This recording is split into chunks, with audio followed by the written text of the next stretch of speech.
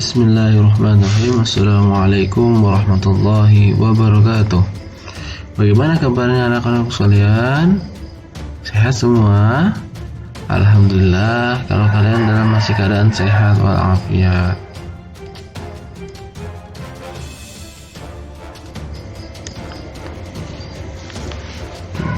Di pekan ini kita masih melanjutkan materi bahasa Indonesia, yaitu tentang surat undangan.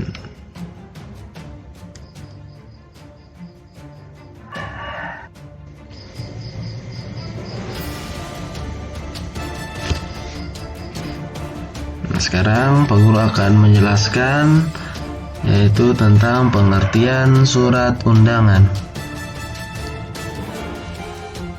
Surat undangan merupakan surat yang berisi pemberitahuan dan permintaan seseorang untuk menghadiri suatu acara atau kegiatan. Kalimat yang digunakan dalam undangan haruslah yang efektif, yaitu singkat, padat, dan jelas. Tujuannya agar orang yang membacanya dapat segera mengerti isinya.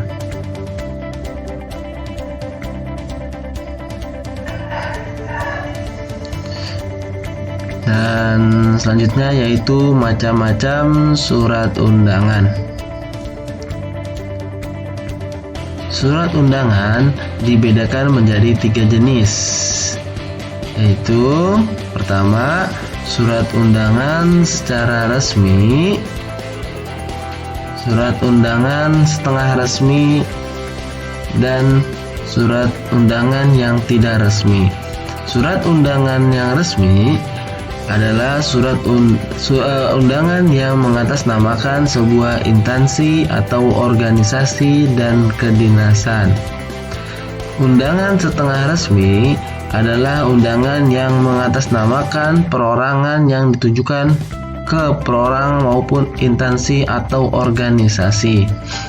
Undangan yang tidak resmi adalah undangan yang mengatasnamakan perorangan yang ditujukan kepada perorangan untuk kepentingan perorangan, seperti undangan ulang tahun, undangan perayaan kelahiran.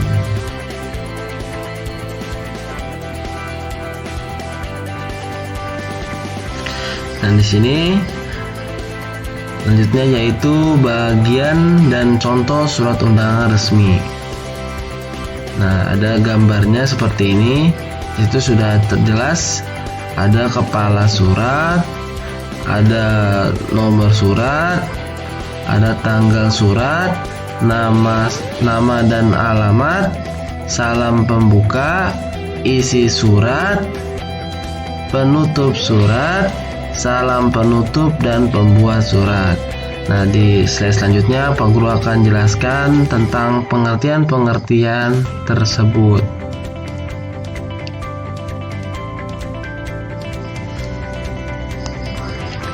Pertama, kop surat atau kepala surat.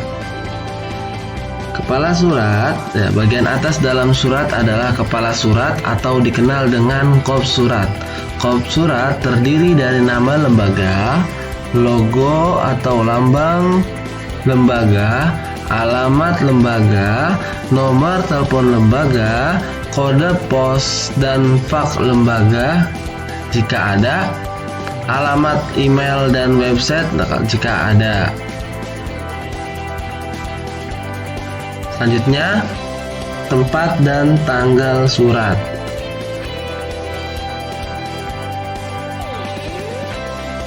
Bagian surat berikutnya yaitu tempat dan tanggal surat.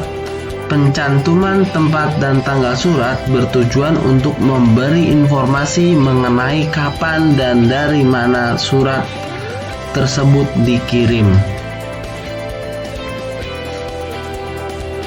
Selanjutnya, nomor surat. Dalam surat resmi selalu ada nomor surat yang dicantumkan. Penomoran surat ini dilakukan oleh surat resmi yang dikirim oleh lembaga, instansi, perusahaan, atau organisasi yang resmi dan terdaftar. Penggunaan nomor surat biasanya meliputi nomor urut penulisan surat, kode surat, tanggal surat, bulan dan tahun penulisan surat. Nomor surat bisa diletakkan di sebelah kiri atas kertas.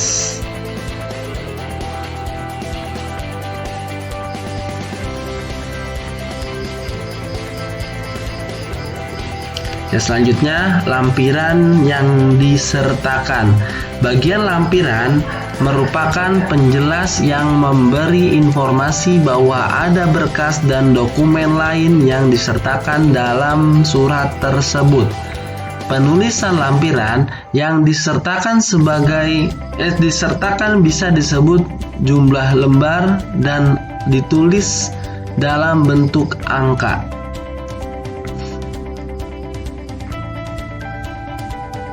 Hal dan perihal.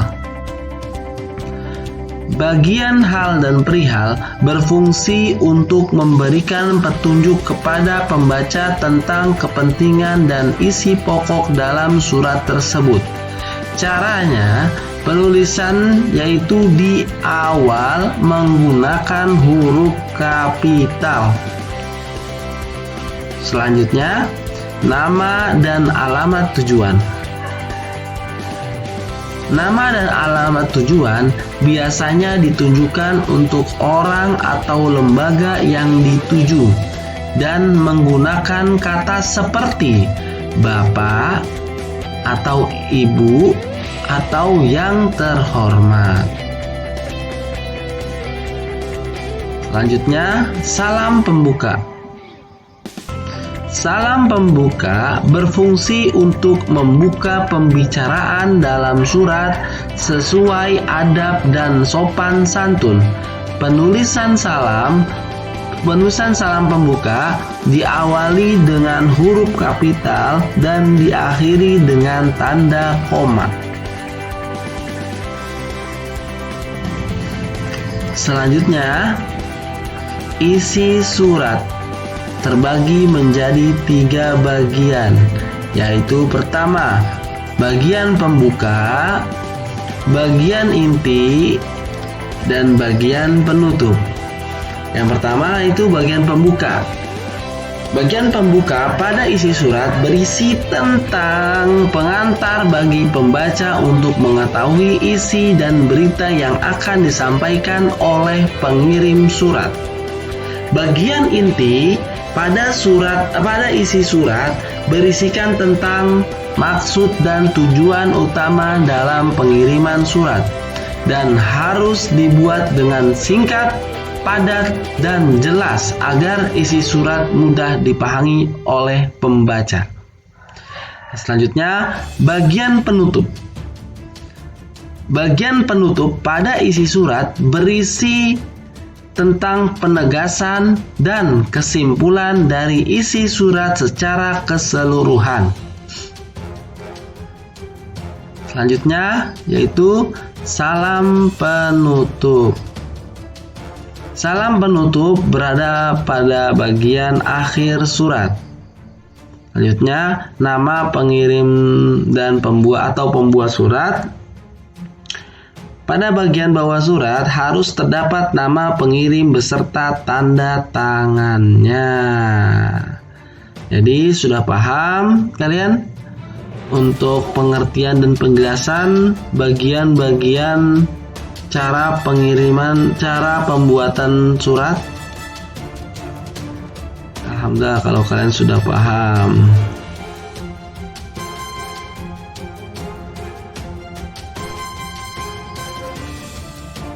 Selanjutnya, yaitu Pak Guru akan memberikan tugas. Tulislah pengertian macam-macam dan bagian dalam menulis surat undangan resmi.